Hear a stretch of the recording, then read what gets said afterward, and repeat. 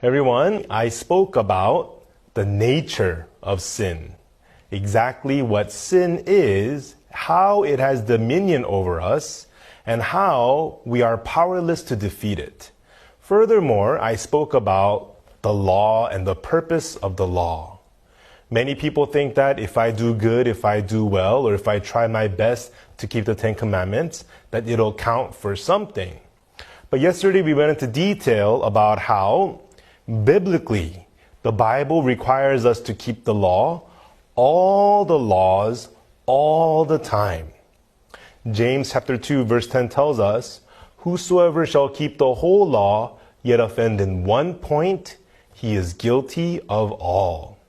So therefore, everyone, through our efforts, through our deeds, through our works, there is no way we can be justified.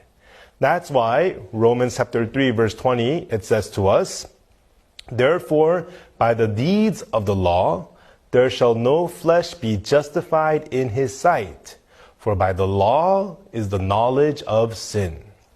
Everyone, I want to read to you a verse in Isaiah chapter 64 verse 6. It says, "But we are all as an unclean thing, and all our righteousness are as filthy rags, and we all do fade as a leaf, and our iniquities like the wind have taken us away."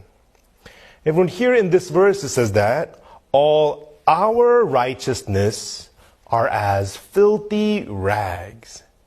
Everyone, what's a rag?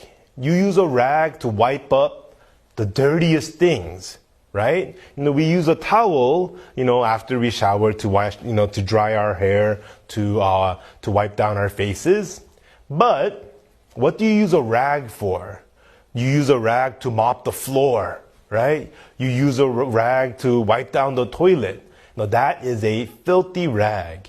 And the Bible tells us that all our righteousness are as filthy rags, right?